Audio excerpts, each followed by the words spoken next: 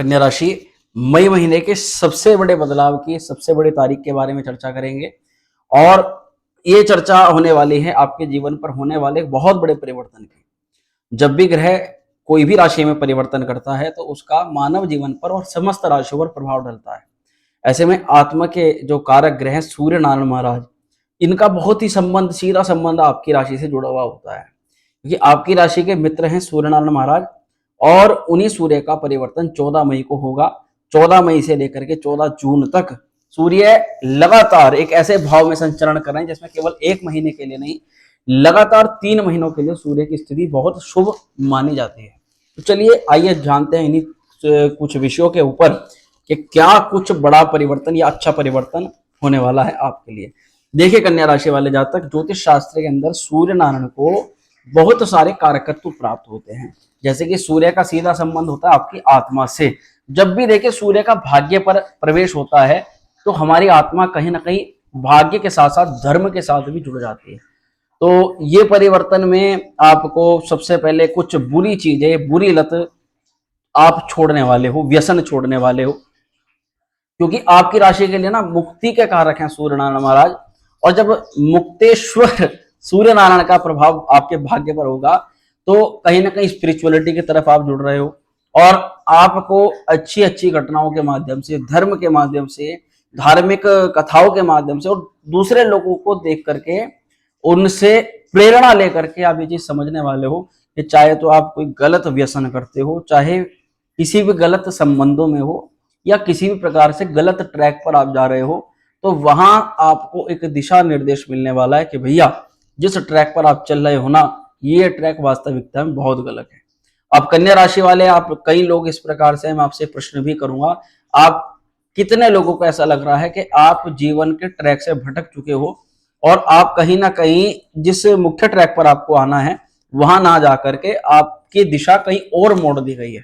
हालांकि इसके कारण बहुत सारे हो सकते हैं, उस पर चर्चा नहीं करेंगे, परंतु आपसे हम कमेंट चाहेंगे कि आप इस पर प्रतिक्रिया करें।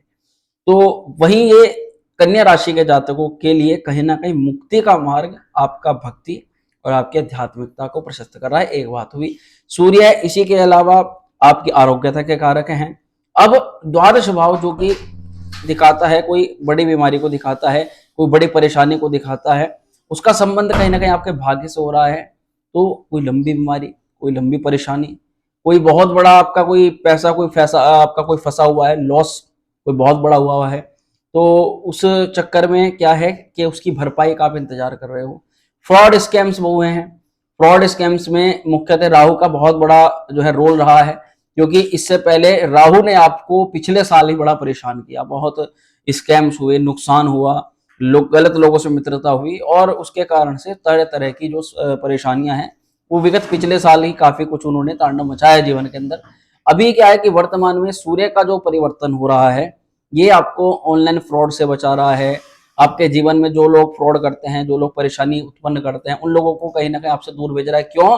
क्योंकि आपका भाग्य स्थान पर सूर्य की पवित्र रश्मियां पहुंचने वाली। हालांकि इसके कुछ पॉजिटिव नेगेटिव प्रभाव है, उसके बारे में बात करेंगे। अब उनकी बात करते हैं जिनका व्यवसाय मुख्य रूप से द्वादश भाव से संबंधित है। जैसे कि कुछ लोग इंपोर्ट एक्सपोर्ट का व्यवसाय करते हैं, तो कुछ मेडिकल लाइन में है, तो कुछ डॉक्टर लाइन में है, तो वहीं कुछ लोग एमएनसीज कंपनी में जॉब करते हैं, विदेश से जुड़ी हुई गतिविधियों से संबंधित इनके प्रश्न हैं, या फिर विदेश में जाकर के रहना चाहते हैं, विदेश में सेटल होना चाहते हैं, विदेश में जाकर के पढ़ाई करना चाहते हैं, फॉरेन सेटलमेंट के साथ साथ विदेश में जुड़े पहले ऑलरेडी रह रहे हैं और वहां पर उनको कुछ भी उत्थान का कार्य वो करना चाह रहे हैं, लोक कल्याण, मानव कल्याण, जिससे लोगों का भला हो, ऐसा कोई कार्य करने का आपके मन में विचार चल रहा है, तो इस प्रकार के समस्त प्रकार के कार्य इस समय फलीभूत हो सकते हैं। सूर्य आपको उनके लिए अग्रसर करवा सकते हैं, उसके लिए आपको बेहतरीन अपॉर्चुनिटी प्रदान करा सकते हैं। एक बात हुई। अब ये द्वादश भाव के कारक भाग्य से कनेक्शन बना रहे हैं। अब तक क्या है कि भाग्य पर जिन लोगों का विश्वास उठ चुका है, कई लोग ऐसे हैं जो प्रयत्न करते हैं, जब उसके बाद सफलता नहीं मिलती तो जनरल सी बात है भैया कि एक काम को हम कर रहे हैं, उसमें हमें रिजल्ट नहीं मिला तो तुरंत उस काम को हम, परंतु आध्यात्मिक शक्ति इनसे कोसों विपरीत होती है। देखिए आध्यात्मिकता, पूजा पाठ का मतलब ये नहीं होता कि आप मंत्र जप करेंगे तो आपको फल मिल जाएगा। ये तो एक ऐसा बैंक बैलेंस है जो आप करते जा रहे हो और वो जुड़ता जा रहा है और उसका फल आपको सही समय आने पर मिलता है और वो ईश्वरीय शक्ति अपना उन चीजों को निर्धारित करती है। हम तो केवल उनका आकलन मात्र कर सकते हैं।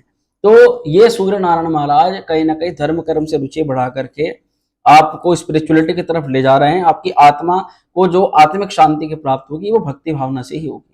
आत्मविश्वास, जो भाग्य को लेकर की कमी हो गई, वो दोबारा से बनेगा, क्योंकि सूर्य की दृष्टि पराक्रम पर जाएगी।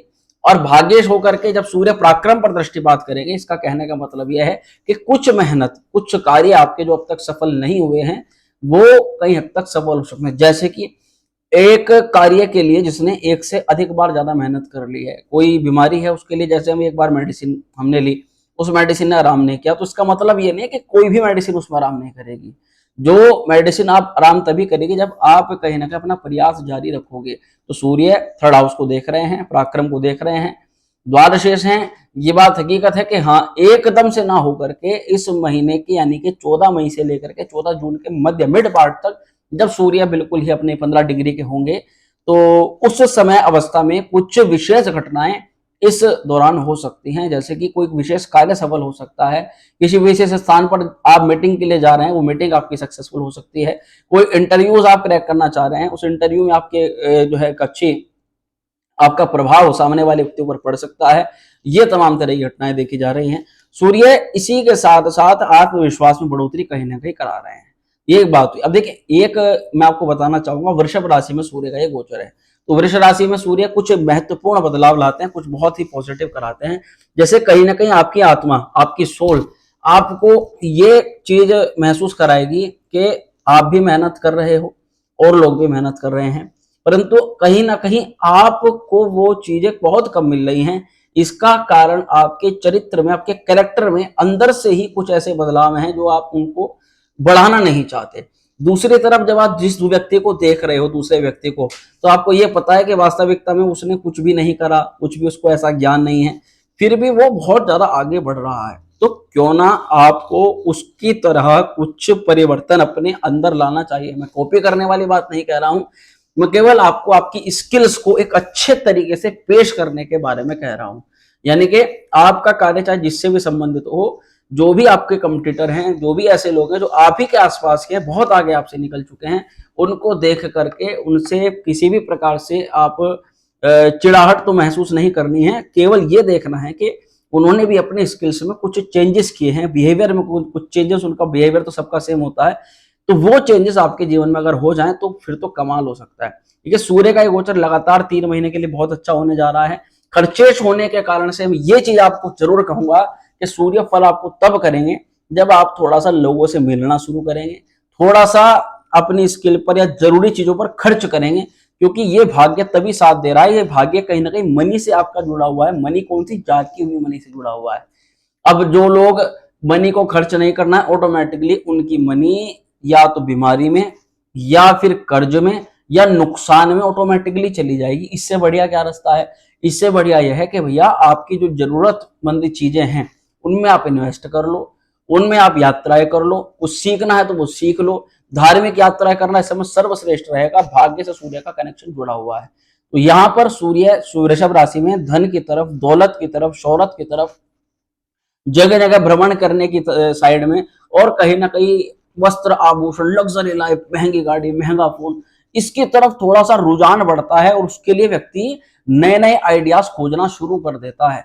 अब सूर्य क्योंकि आत्मक कारक हैं, सूर्य आपके कैरेक्टर के अंदर छुपे हुए हैं, तो आपको अपने चरित्र को, आपके कैरेक्टर को आप देखिए, आपके कैरेक्टर में क्या विशेषताएं हैं, क्योंकि आपकी छुपी हुई शक्ति, जैसे किसी को बोलने का बहुत अच्छा होता है, किसी को दूसरे को, सामने वाले को कॉन्फिडेंस में लेने का बहुत एक अच्छा स्किल होती है, किसी व्यक्ति को टेक्निकल स्किल किसी की बहुत ज्यादा मजबूत होती है, तो किसी को डिबेट करने में बहुत अच्छा, तो कोई ऑनलाइन काम में बहुत ज्यादा। आपका ये जो समय है ना, भाग्य के साथ में सूर्य की कनेक्शन हो रही है, ऑनलाइन चीजों को, थर्ड हाउस को देख रही है, पराक्रम को देख रही है। मैं ये नहीं कहूंगा कि ऑनलाइन घुस जाओ सबके सब, ये कहूंगा कि बस आपकी जो स्किल है उसको पहचान करके उससे वास्तविक अर्निंग, उसे वास्तविक काम पर लगाना शुरू करो, क्योंकि यहाँ सूर्य आपके चारित्रिक विशेषताओं के साथ साथ आपकी आत्मा को, कैरेक्टर को बहुत ज्यादा अच्छा बढ़ा देंगे। मैं जो चीज कह रहा हूँ दिल से और जो ग्रह गोचर मुझे लग रहा है सेम टू सेम भैया ऐसे बोलता हूँ, तो इन चीजों को थोड़ा समझना है। और ये आपकी इच्छाओं को बढ़ा रहा है, कहीं ना कहीं स्त्री पक्ष से जुड़ाव को दर्शा रहा है, स्त्री पक्ष की तरफ अट्रैक्शन को दर्शा रहा है। तो इन चीजों से एक हद तक सही है जहां पर आपको आपका काम सिद्ध करना है वहां तक है, जहां तक पर्सनल है वहां तक सिद्ध है। परंतु अगर यही चीज आपके वर्क प्लेस पर होती है, जहां आप काम करते हैं, जहां पर आपको स्त्री पक्ष की लेडीज मिलने जुलने आती हैं, वहां पर इन चीजों से बचाव आपको रखना पड़ेगा। तो इन चीजों को समझना है। सबसे अच्छी बात मैं आपको इस गोचर की बताऊंगा, भाग्य भाव में सूर्य का गोचर हो रहा है।